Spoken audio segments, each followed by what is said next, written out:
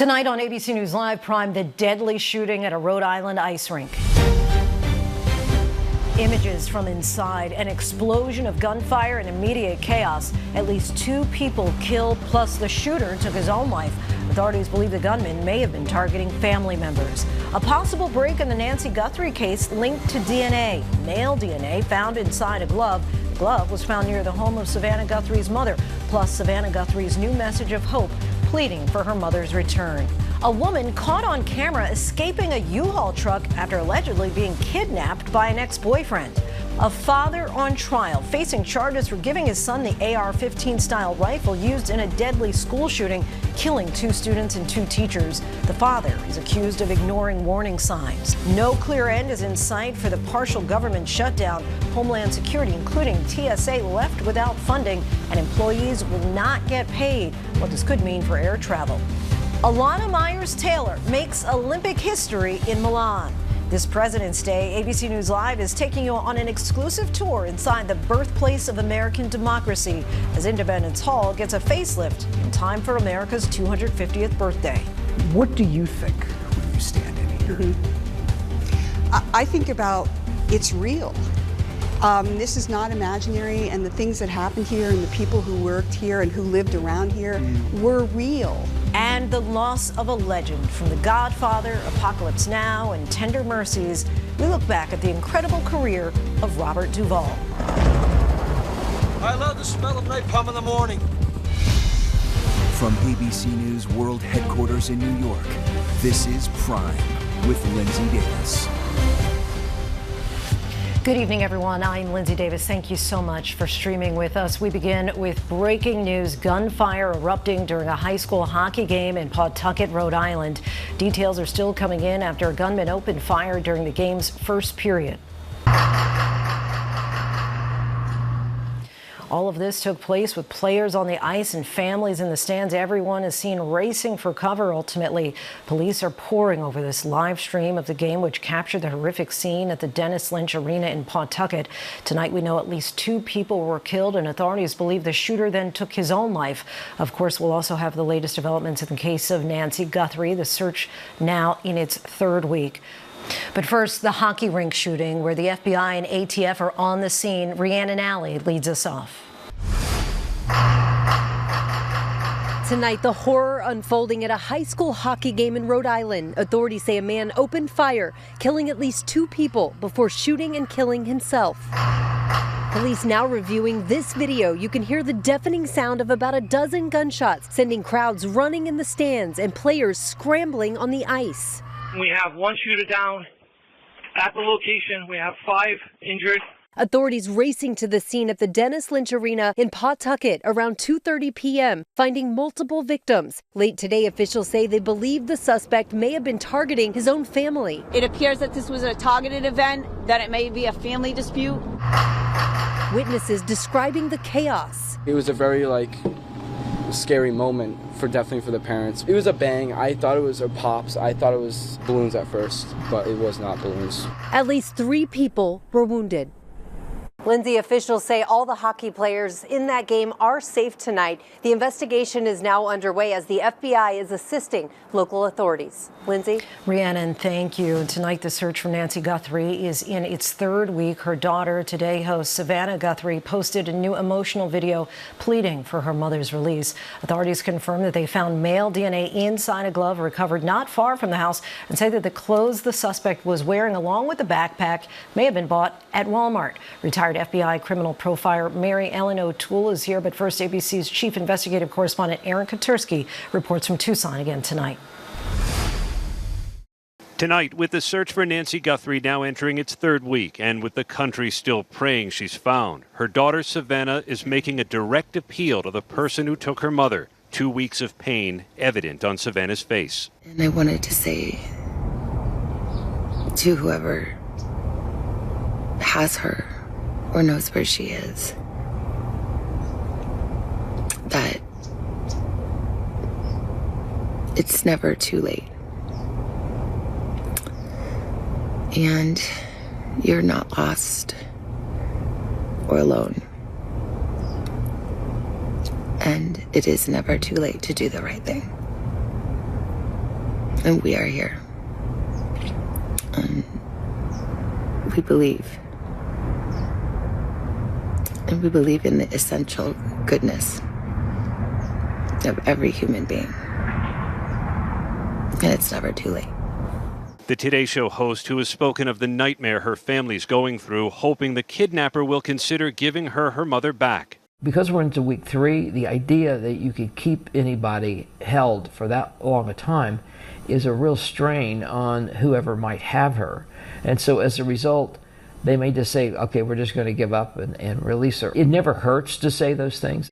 And tonight, authorities acknowledging online chatter and speculation that has at times focused on Guthrie's extended family, and that has taken a toll too. The Pima County Sheriff saying, to be clear, the Guthrie family, to include all siblings and spouses, has been cleared as possible suspects in this case. The family has been nothing but cooperative and gracious and are victims in this case. To suggest otherwise is not only wrong, it is cruel. The Guthrie family are victims, plain and simple. The FBI is now testing male DNA lifted from a glove found near Nancy Guthrie's home that appears to be a similar kind of glove to what was seen in that video from Guthrie's front door. They will now put that DNA into a national database, comparing it to more than 22 million samples, most from criminals. The glove containing DNA was found right around here. We're about 2 miles from Nancy Guthrie's home, along a major thoroughfare close to her neighborhood and the fastest route out of town. That glove is one of 16 picked up during roadside searches. Most authorities believe were discarded by investigators combing the area. We saw another glove just today. What's different about the glove they're testing is the FBI does think it's similar to the gloves of the man at the door. It's just like fingerprints. If we have your fingerprint on file, then, it's going to be a match or a quick match. If we don't have your fingerprints on file, it would take a long time. Same with DNA. Investigators will also determine whether DNA recovered on the property, DNA that is not Nancy Guthrie's or her family's, matches the glove. We've gotten DNA back, and that's why I say, well, they already have the genetic markers of those that we think had access to the home, rightfully so, the family, the landscapers, the pool guy. And tonight, the search involving the backpack and clothes the man was wearing. Investigators are now combing through Walmart's surveillance footage and sales receipts, looking for the buyer of the Ozark Trail Hiker backpack the suspect is seen wearing. Investigators say he may have also bought the clothing he wore that night at Walmart. Backpack's a Walmart backpack, right? So that's can you what trace I'm the sale? We're hoping. We have teams working on all of this stuff. Friday night, authorities swooped in and detained a man about 2 miles from Nancy Guthrie's home, searching his house and towing his Range Rover before letting him go. He's the second man questioned and released after a delivery man was stopped 50 miles away near the Mexican border. Sources tell ABC News investigators are leaning away from those 2 men as possible suspects. But tonight, Savannah is making it clear she's not giving up hope the kidnapper will bring her mother home. It's never too late. The DNA analysis on the glove is underway now, Lindsay. There could be results within days. Lindsay? Aaron, thank you. For more on all this, let's bring in former senior profiler for the FBI, Mary Ellen O'Toole. Mary, thanks so much for joining us. A lot of investigated leads, it seems. Authorities are looking into the suspect's clothes and backpack, plus the DNA from a glove that's being tested. What does this tell you all about where this investigation stands? Well, it tells me that it's going in a lot of different directions, which is really critical because you don't want to focus only on, let's say, the clothing or only on the forensics. You want to do it all and prioritize it and do it all as quickly as you can. So I think it is going in a very positive direction, and I think they will start to realize some very powerful results here shortly. Yeah, regarding that glove that's being tested, let's say the person's DNA is not in the FBI database. Where does the investigation go from there? Well, if it's not in the DNA database, what that means is that more than likely this person has never been convicted of a violent felony. So CODIS is primarily containing the DNA of people that have been convicted. Now, this person likely has criminal behavior in their background, but may never have been arrested for it, which means that his DNA is not going to be in CODIS. So then what they have to do is they'll have to think about whether or not they want to pursue forensic genetic genealogy, which takes a lot longer, but they can still do that. And we are on day 16 of this desperate search for Nancy Guthrie. You've said that the victimology of the victim is likely being revisited. What do you mean by that?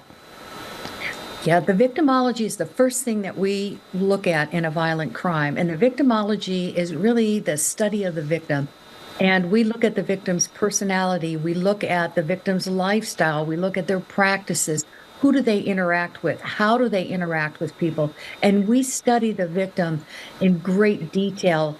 Our philosophy is this: through the lens of the victim, we know more about the offender. So the victim becomes very important to us.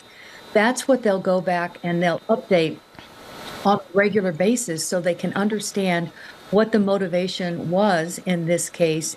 You talk about the personality traits of someone who would commit such a crime. Why is that so critical in finding the suspect? Predatory behavior is a very concerning behavior that oftentimes is associated with a particular personality type. And some of the other traits that correspond to this are, for example, that people that have some of these traits associated with psychopathy can be very cold-blooded people, and they have no remorse or guilt for what they do.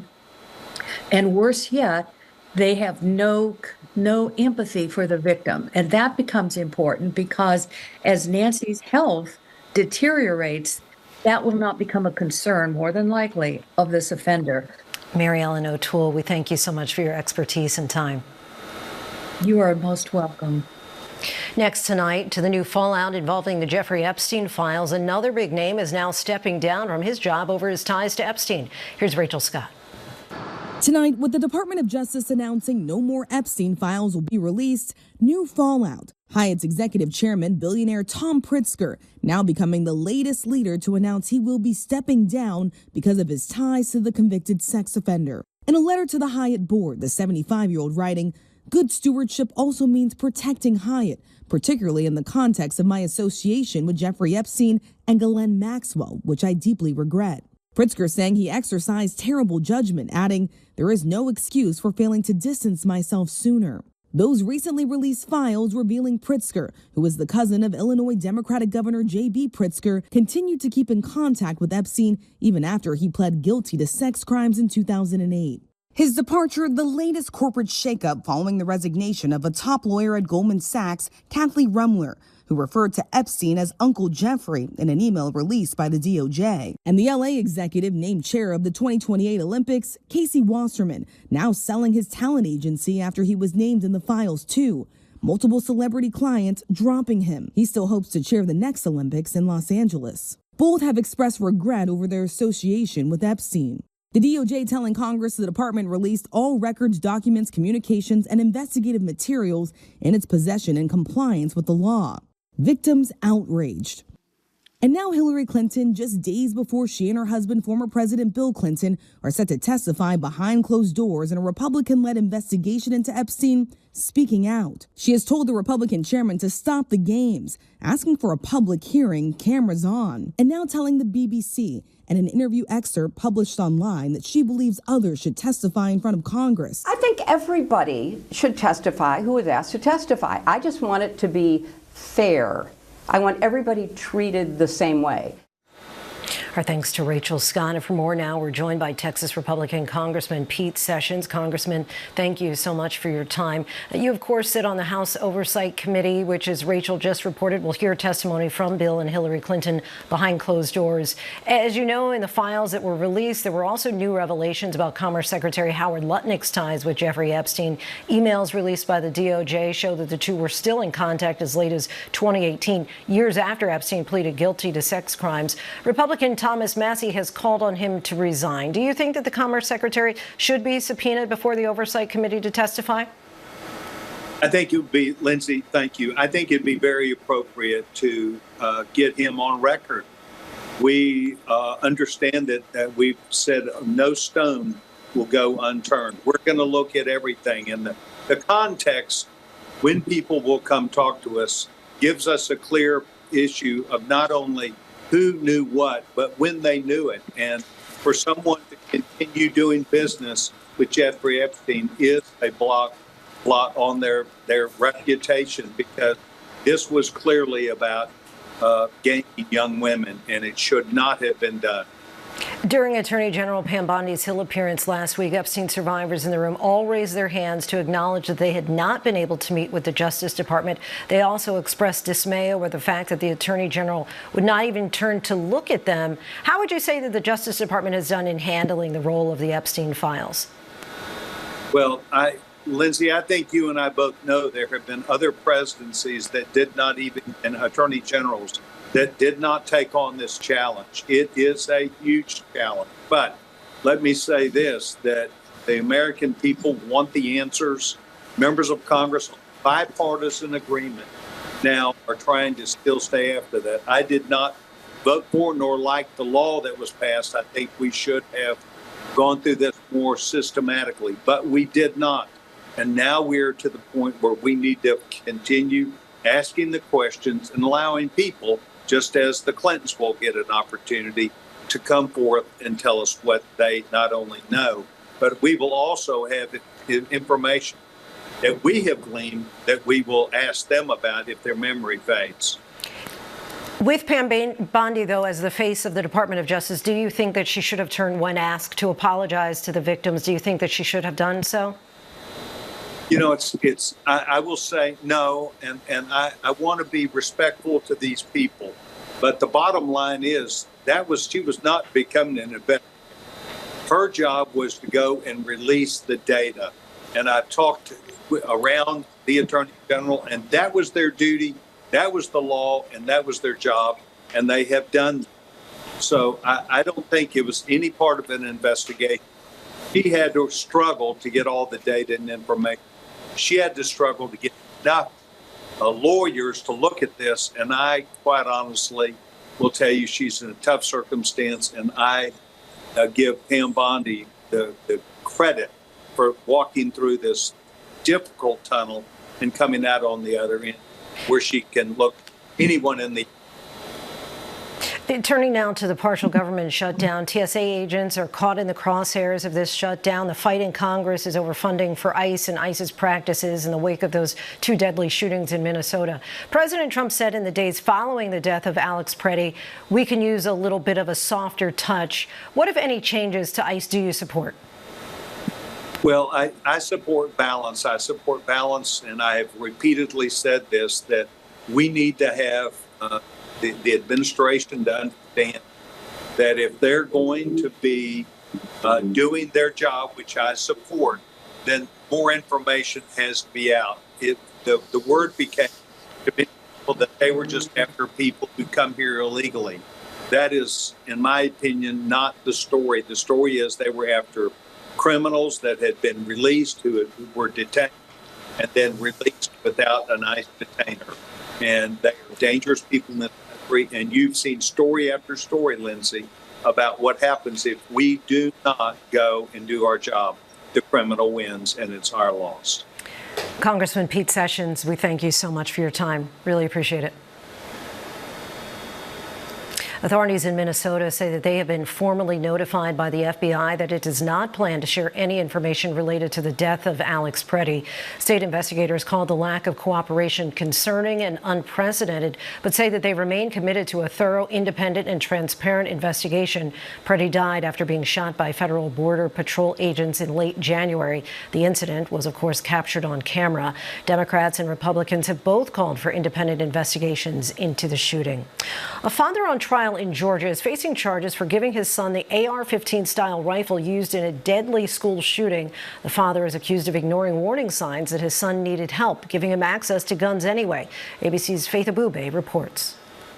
Tonight, the father accused of buying his troubled teenager the gun he then allegedly used to kill 2 students and 2 teachers inside a Georgia high school, standing trial. Colin Gray facing 29 criminal counts, including second-degree murder, involuntary manslaughter, and cruelty to children. Prosecutors arguing that Gray ignored warning signs and bought his son Colt this AR-15 style rifle. After he was told by Jackson County Sheriff's Office of possible school shooter threats and being asked to restrict Colt's access to guns, the defendant buys and gives 13-year-old Colt that 6-hour M400 as his Christmas present.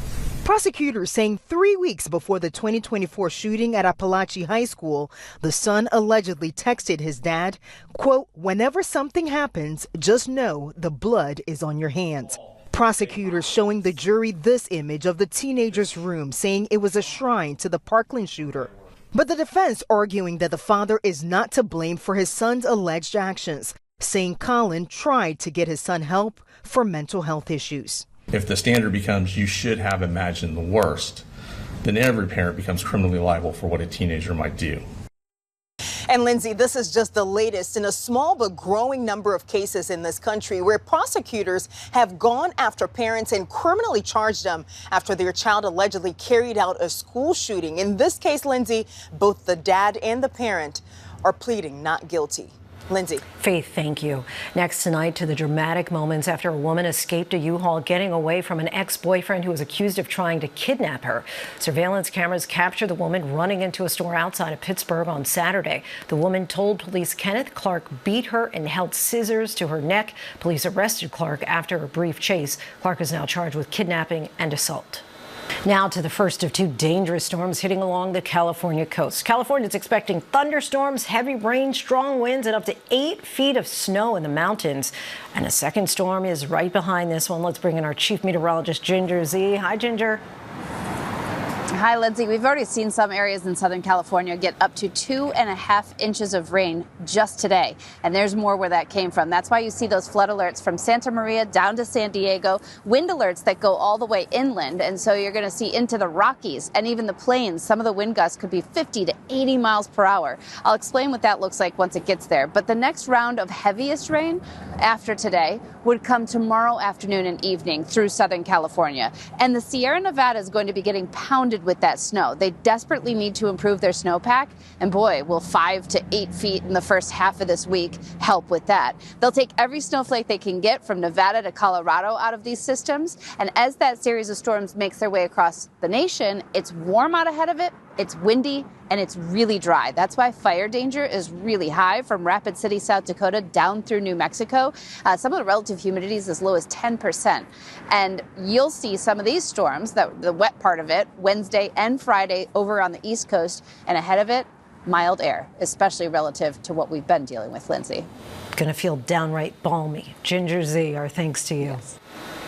Today, a federal judge ordered a slavery exhibit to be restored to the president's house in Philadelphia. The judge ruled the Department of the Interior and the National Park Service must return all items undamaged. The Trump administration said that the changes were done to align with shared national values. The judge ruled the changes to the exhibit were arbitrary. Tonight, we remember the legacy of Oscar-winning actor Robert Duvall, who has died at the age of 95. His acting spans 7 decades, including iconic roles in The Godfather, Apocalypse Now, and Tender Mercies. World News Tonight anchor David Muir has a look back at his incredible career.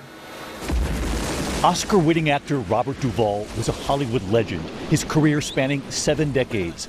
Known for his ability to disappear completely into his wide-ranging roles, the steely-eyed actor made his film debut in 1962, playing the reclusive Boo Radley in To Kill a Mockingbird.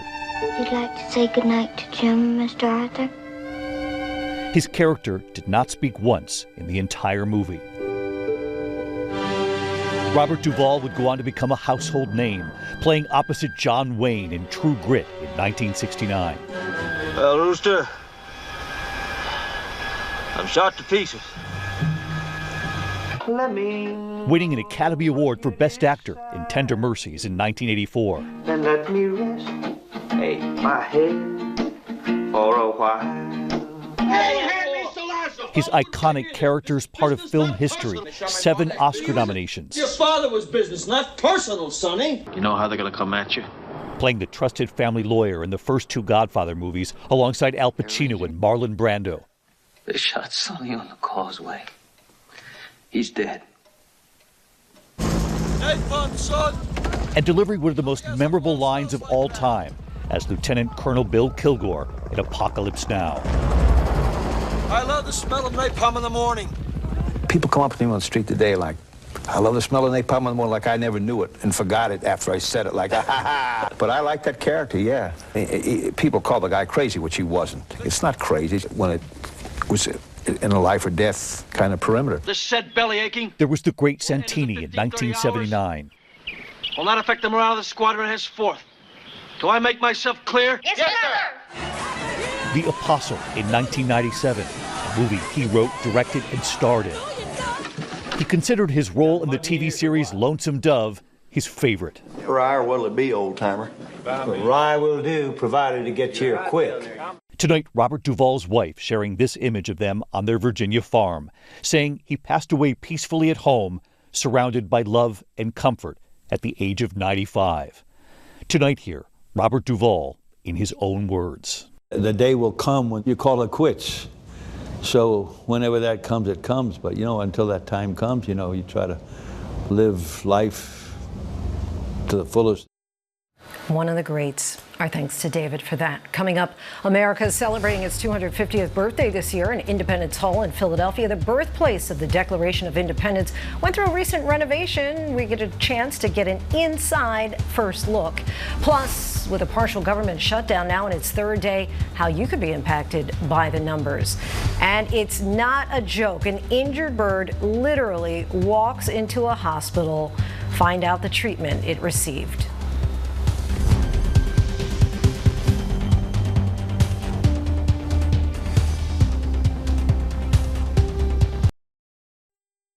Welcome back, everyone. It is, of course, President's Day, and you'll want to see this. Our Jay O'Brien gained exclusive access to the renovation of Independence Hall in Philadelphia, getting to visit those rare areas often roped off to the public. Independence Hall, of course, is the place where it all began. Both the Constitution and Declaration of Independence were ratified there, the latter on July 4th, 1776, 250 years ago. Here's Jay O'Brien now to mark the anniversary.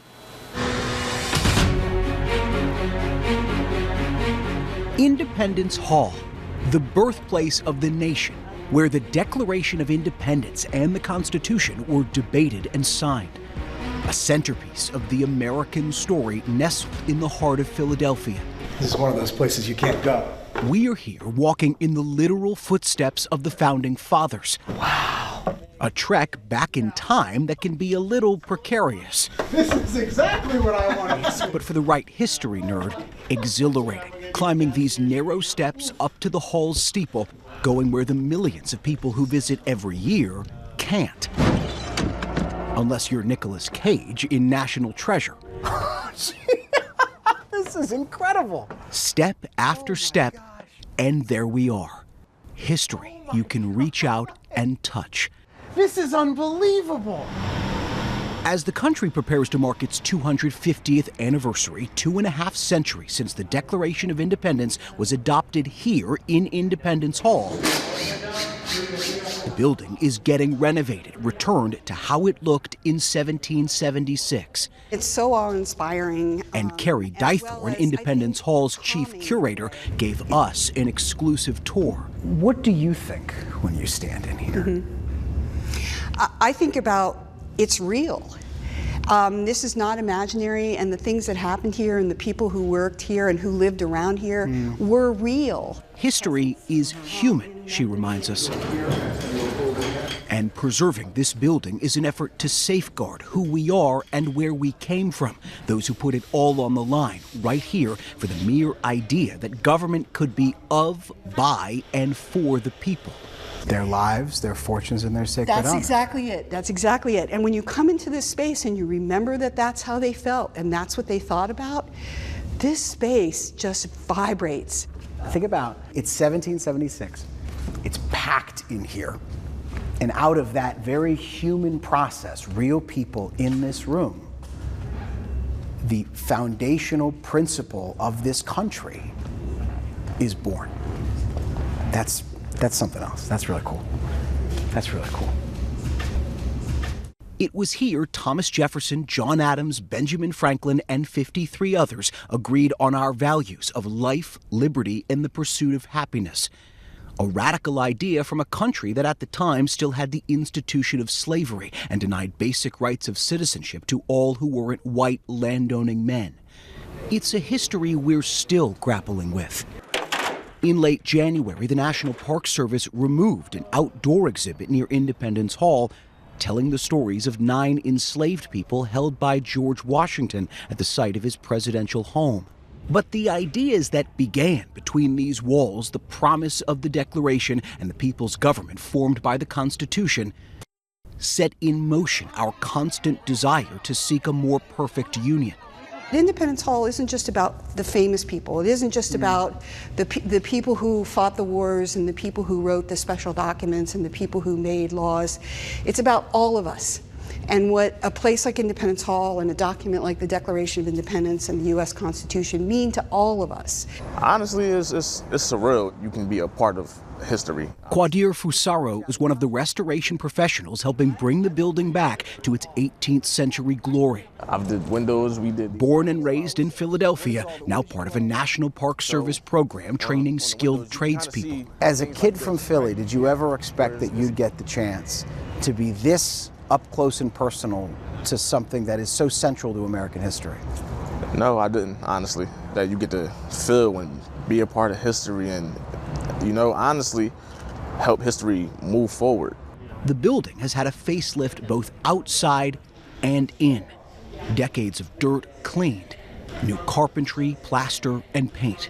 Bracketed wood moldings. Tim Henderson is one of the people in charge. These surfaces that are at hand level, our human touch leaves a tremendous amount of oil and grease and fats on the surface. We have to clean the surface so that we can get good adhesion with our primer and paint. And that's removing many, many decades of dirt. When we left, it was still a job site. This is what the room where the Declaration of Independence and Constitution were born looks like now. Not a time capsule, not frozen in place, but reverberating, reminding us that history isn't just parchment and paintings. It's something you can reach out and feel and keep alive. That's what Quadir believes is his responsibility for his 5-year-old daughter.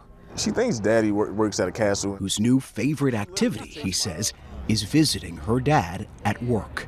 Does it sometimes feel like, in a way, you're preserving it for her? Yes, it feels like I'm passing it forward. I like to say we preserve the soul of it, you know. The soul of the country. The soul of the country. Restoring history. Our thanks to Jay for that. ABC News will be covering the 250th birthday of our nation from now through July 4th, culminating with a one-of-a-kind programming event. Stay tuned for more details. And still ahead, the Department of Homeland Security is shut down while Republicans and Democrats argue over immigration enforcement. So how does that affect ICE, TSA, FEMA, and Coast Guard employees who fall under the DHS umbrella? We'll tell you by the numbers. And former President Obama probably wished that he could talk about more important things, but instead, he had to clarify recent comments he made about aliens. Stay with us.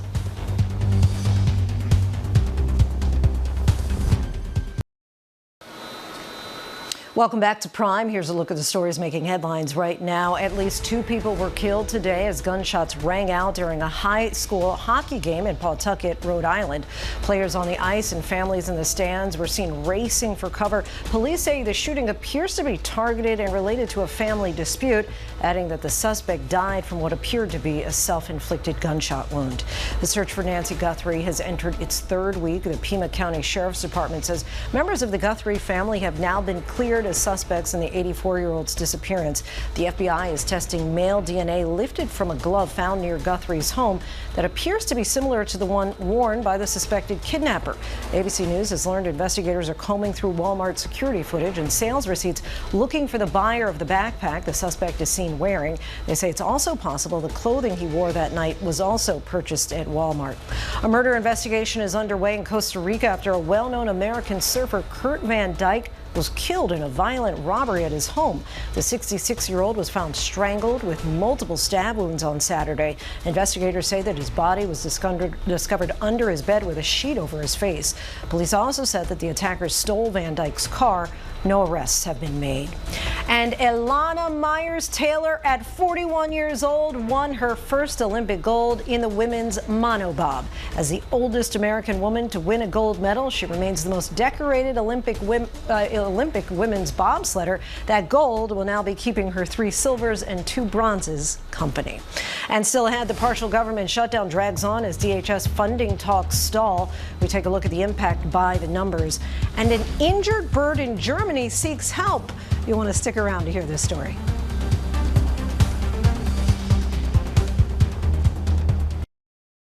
Welcome back, everyone. At the top of the show, we told you the Department of Homeland Security is shut down for a third day. This partial government shutdown took effect after Democrats refused to fund the agency unless Republicans agreed to changes to President Trump's immigration operations. Here's what we know about how this shutdown could impact the DHS by the numbers. Roughly 90% of the more than 260,000 employees at the agency will continue working throughout the shutdown. Around 95% or 61,000 TSA employees are deemed essential and will still be required to show up for work. After the recent 43-day government shutdown, the acting administrator said putting those workers through another shutdown would be unconscionable. And about 84% of FEMA staff is considered exempt during a shutdown and will work without pay while the rest are furloughed. That's according to the DHS's shutdown contingency plan.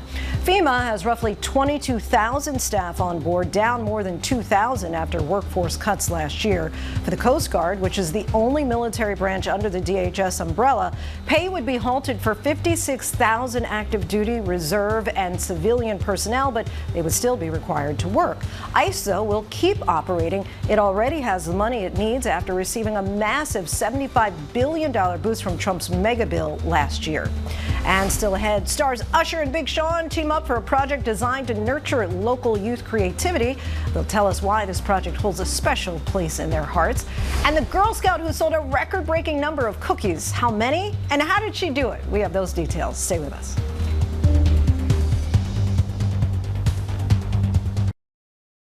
The breathtaking volcanic eruption in Hawaii. An injured bird walks into a hospital, and the delicious record set for Girl Scout cookies. These stories and more in tonight's rundown.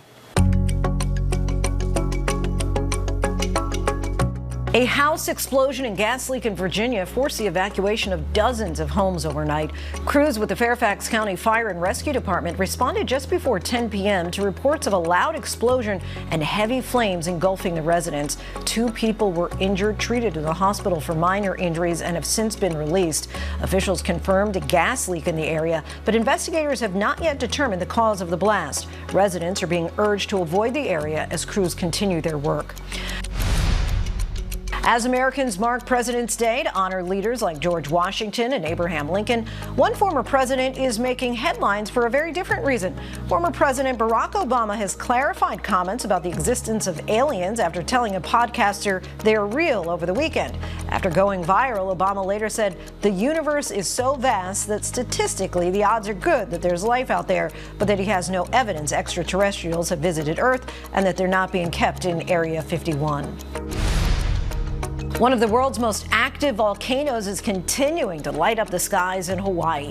Kilauea erupted again Sunday night, sending fountains of lava into the air and molten rock down its slopes. Video shows ash and smoke rising as the volcano continued its intense activity. Scientists say this is the volcano's 42nd intermittent eruption since December of 2024. A 6-year-old Girl Scout is gaining recognition for a cookie-selling record.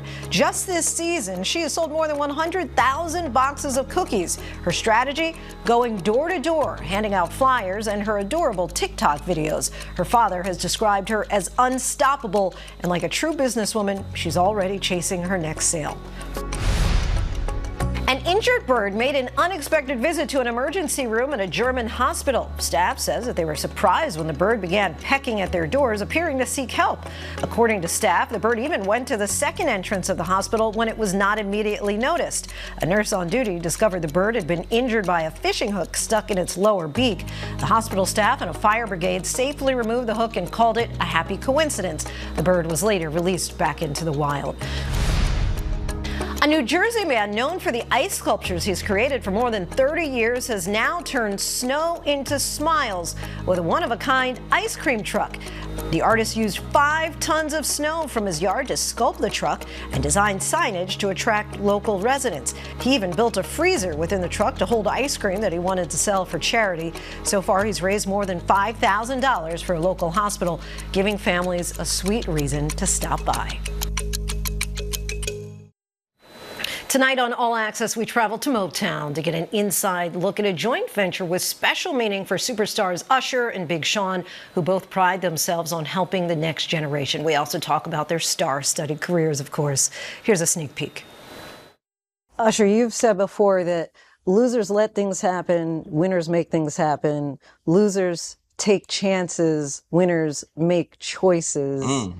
What would you say is one of the proudest choices that you've made? Teaming up with this man. I appreciate that, man. Absolutely. I appreciate that, man, for sure. You know, I think that we are a product of our environment, and it, you know, this innovative club being here in the heart of the city is to be a shining example of what other clubs could be. It doesn't stop here, right? While I have been able to engineer and make space for Spark Labs in Atlanta, and he's done what he's done with studios here in Detroit, now bringing our efforts together. Once this works, my hopes are that similar clubs will implement the same idea. You can catch our full all-access episode with Usher and Big Sean streaming on Hulu and Disney+. You may remember Dove Cameron and Avin Jogia best from when they were teenagers, singing and acting their ways to stardom through Disney's Descendants and Nickelodeon's Victorious.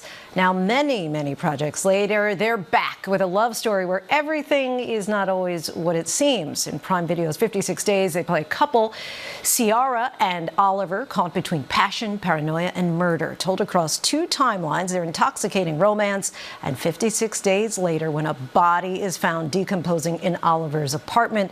The series then asks the dangerous question, how well can we ever really know the person that we've fallen for? Let's take a look. I feel like if you drove past this building, you would never know what was on the inside. So you like secrets? No. I didn't say that. I like reveals. I like discovering things. Secrets are obviously the opposite. They're about withholding. Dove and Avin, welcome to the show. You got our attention there. So how did knowing your characters' motivations before the audience knows, how did that really shape some of the decisions that you made early on? Good question. I worked pretty closely with our first director, Alethea, and also just sort of drew my own conclusions about, you know, knowing that Ciara, without giving too much away, obviously, had so much up her sleeve and so much that she was protecting for herself. And so really sort of, I got attached to the idea of creating the third character, which is the audience, who we never want to give too much away for them. And so just always keeping that in mind, that we wanted the show to feel voyeuristic. We wanted you to be putting the pieces together as we went. So yeah, that really aided me, I think. How about your character? You've said of Oliver before that you think that he's about 30% honest. How do you go about portraying someone who has, I guess, as much to lose by revealing and also hiding himself? Yeah, I think I was really fascinated by playing a character that has to keep all these different versions of themselves like sort of hidden inside, and like sort of what that does to someone's nerves, anxiety. Like playing someone holding a secret is interesting for me, and you get to sort of manipulate like how much you're trying to be seen. And how much, you know, 30% of his honesty is he really does want to be seen, but he's just doing nothing to make that possible. And both of you have music history as well. You can sing and perform in that way. Does that at all enhance how you work together, almost like a duet, when you're conveying the silence, when you're conveying certain rhythm and certain emotion? Yeah, I think certainly scenes have rhythm. Yeah, right? Yeah. I also would say that like part of why I think working together felt so effortless was actually not music related, but more so like we both got our start in such sort of group environments where everything was such a dance, because it was all about the give and the take and you know, community, and it felt like getting something off the ground, you know, theater, teen programming, things like that. It was always so environmentally, like it was group related, right? So we really were brought up to be team players. And so I think when we were doing this, it was less about, you know, music, and it was more about, yeah, we come from the same culture almost, of just like wanting each professionalism and wanting the other person to win, and yeah, all that. What do you think that the larger message of 56 Days is? Is it really about just can't really be so sure of who you can trust? You know, I very rarely have an answer to this question at the end of any project, because I don't think there is often like a larger karmic lesson for most stuff nowadays. But I do think, I mean, I don't think our show specifically conveys anything morally that anyone should follow or listen to. But it's not a moral guide. There's no moral guiding happening here. But I do think, like, if there was to be something that I would distill into something interesting to take away from the show, I do think that people are just wildly more sensitive and complex, and what happens in their life informs who they turn out to be. You know, like that's what I would say, which is something that I've felt intimately. I felt very intimate with that knowledge, but also I feel endlessly interested by, which is part of what I think makes this show and these characters so special. Dove, Evan, thank you both so much for the time. Really appreciate the conversation. All 8 episodes of 56 Days are available to watch on Prime Video starting this Wednesday, February 18th. And that is our show for this hour. I'm Lindsay Davis. Be sure to stay tuned to ABC News Live for more context and analysis of the day's top stories. Thanks so much for streaming with us.